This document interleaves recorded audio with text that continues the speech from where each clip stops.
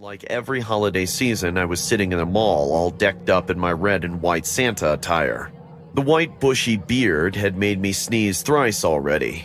Kids were coming up to me with their highly imaginative Christmas lists and taking pictures with me. The parents gathered around and watched their kids with joy.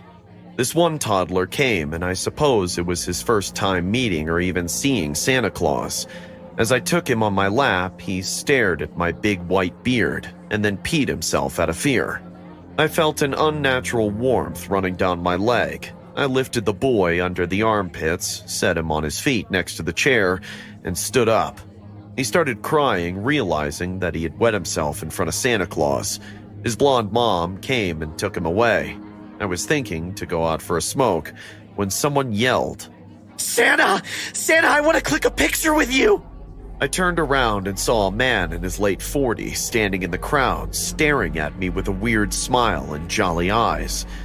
Grown-ups, too, take pictures with me, so I didn't hesitate and said, "Sure, come." I sat down again and he walked up to me. I was adjusting my fake beard when the man sat down on my lap, like it was a very normal thing to do. "Hey, what are you doing?" "What? This is how people take pictures with you." "No, that's just kids. Get up." But surprisingly, he didn't get up and took out a Polaroid camera from his pocket and said, "Can you please look at the camera and smile for me, Santa?" "Excuse me, but you need to get up from my lap." I had to scream because the man wasn't getting it. All the people in the mall looked at us and noticed the tension. The man chuckled creepily and said, "Don't worry, I'm not going to pee on your lap. Let's take the picture, okay? Be a nice Santa now." I was stunned by his behavior. He was a second away from taking the photo when I pushed him hard and he fell to the floor. He broke a tooth and I saw it roll away, sprinkling blood on the white mall floor. I got up thinking he will come at me now and prepared myself for a big chaotic fight. But the man didn't do any of that. He stood back, looked at me, and then smiled, flashing his hurt jaw with a missing tooth. His smile was sinister. "This isn't over yet, Santa." And he walked away. I stayed in the mall for another 3 hours, but didn't see the man around. Finally, the session ended, and I changed into my regular clothes to head home. I lived nearby and wanted to save the money for the bus, so I decided to walk home. The streets were almost empty. A thick layer of snow and chilling cold made smoke come out of my mouth every time I breathed. I reached home without any trouble and was unlocking the door when I felt someone was watching me. I turned around and saw nothing but the tall street light standing across the street. Man, I'm tired. I went inside and closed the door. There was some leftover lasagna from last night. I tossed the food in the oven to warm up and went to take a shower. Oh, jingle bells, jingle all the way.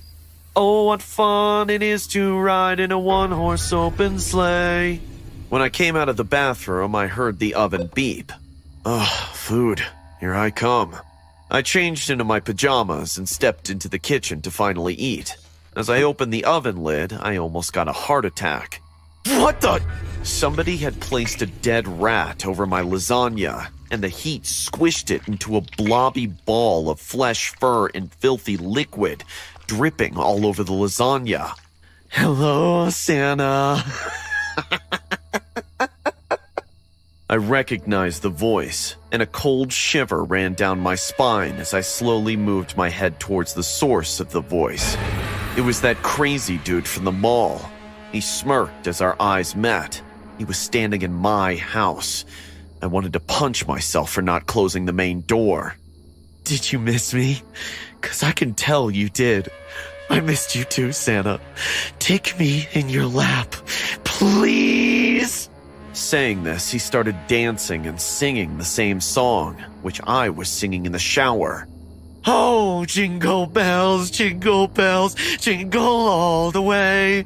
Oh, what fun it is to ride in a one-horse open sleigh." Isn't that what you were singing? So, that means... Yep, I was watching you. You want to know a secret? Saying this, he licked his lips and added, I liked what I saw in there.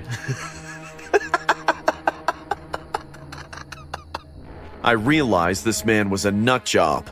I quickly went to grab the kitchen knife for my defense from this freak, but found it missing. Oh, are you looking for this?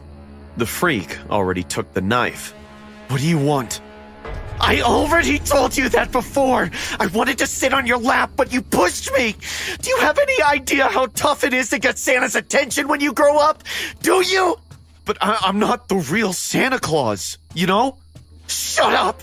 You're as real as me, and you'll take me onto your lap, and then I will curve this big forever smile on your face so we can take a picture to remember!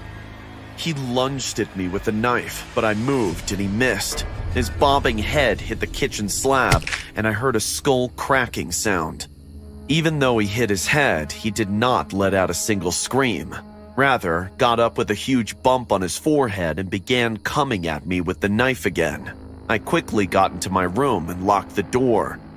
Get the hell away from my house or I'm calling the cops, psycho! Come on, just one picture. I wouldn't kill you. Just one picture, Santa. I'm dialing 911 now! Ah!